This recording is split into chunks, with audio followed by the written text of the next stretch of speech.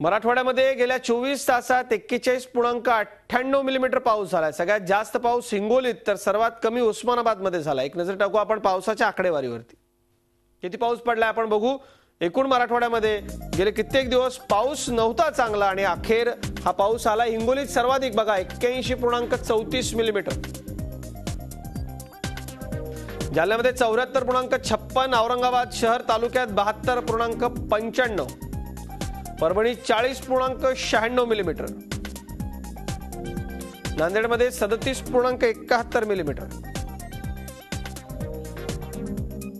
बीडमध्ये 16.96 मिलीमीटर आणि सगळ्यात कमी उस्मानाबादला झालाय, लातूरला झालाय 9.73 मिलीमीटर, 1.61 इतका उस्मानाबादमध्ये झालाय।